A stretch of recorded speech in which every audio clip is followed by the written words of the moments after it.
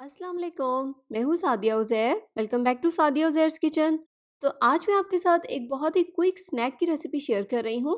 आज की इस वीडियो में हम बनाएंगे सॉल्टेड क्रैकर्स और इन क्रैकर्स को आप किस तरह से अपनी और घर वालों की पसंद के मुताबिक मुख्तलिफ फ्लेवर्स में भी तैयार कर सकते हैं, उसकी भी मुकम्मल तफसील आपके साथ शेयर करूँगी।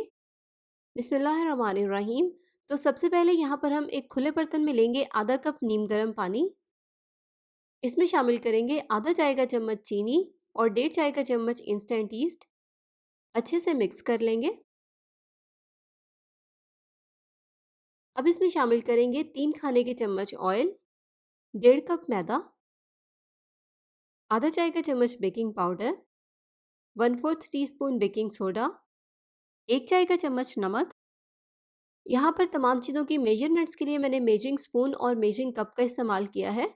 तो अब इन तमाम चीज़ों को हाथ की मदद से मिक्स करते हुए इसकी एक डो तैयार कर लेंगे। डो को अच्छे से गूंद लेने के बाद अब इसको हम प्लास्टिक रैप से कवर कर देंगे, या आप इसको किसी भी ढक्कन वाले डब्बे में रख दें और कवर करके 1 घंटे के लिए रेस्ट दे दें। तो 1 घंटे के बाद यहाँ पर आप देखें, जो हमने डो तैयार की थी वो थोड़ी सी फूल गई है। इस तरह से इसको थोड़ा सा गूंद लेंगे ताकि इसमें से एक्स्ट्रा एयर निकल जाए। अब यहाँ पर सॉल्टेड क्रैकर्स के लिए जो बेसिक डो है वो बिल्कुल तैयार है। आप इसको कोई भी फ्लेवर दे सकते हैं। जितने भी फ्लेवर्स में या जितनी भी क्वांटिटी में आप क्रैकर्स तैयार करना चाहते हैं, डो को उतने हिस्सों में डिवाइड कर लें। तो यहाँ पर ग्रीन ऑनियन का फ्लेवर देने के लिए मैंने हाफ डो को सेपरेट कर लिया है।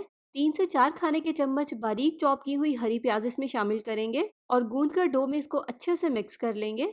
आप चाहें तो इसको जीरे का या अजवाइन का फ्लेवर भी दे सकते हैं। इसके अलावा हरी प्याज की जगह पर आप हरे लहसुन का इस्तेमाल भी कर सकते हैं, या कोई भी मसाला या स्पाइस पाउडर जिसका फ्लेवर आपको पसंद हो, आप इसमें शामिल कर सकते हैं।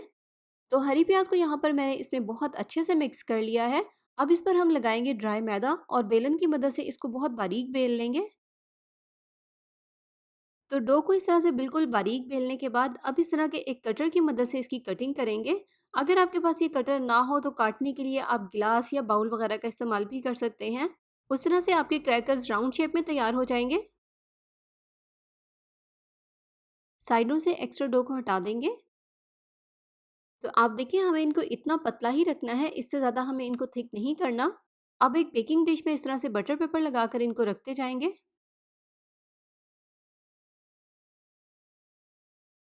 अब इस तरह से एक सैंडविच स्टिक लेंगे, या आप इसकी जगह पर टूथपिक्स भी ले सकते हैं, और इसकी मदद से सारे क्रैकर में तरतीब के साथ छोटे छोटे से होल्स कर देंगे।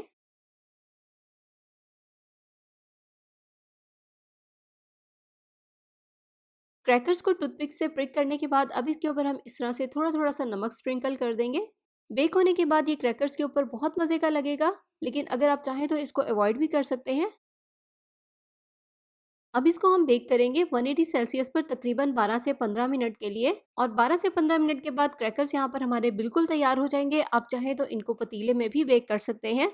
अच्छे से जब ये रूम टेम्परेचर पर ठंडे हो जाएंगे तो फिर आप इसको किसी भी एयर टाइट डब्बे में डालें और स्टोर कर लें।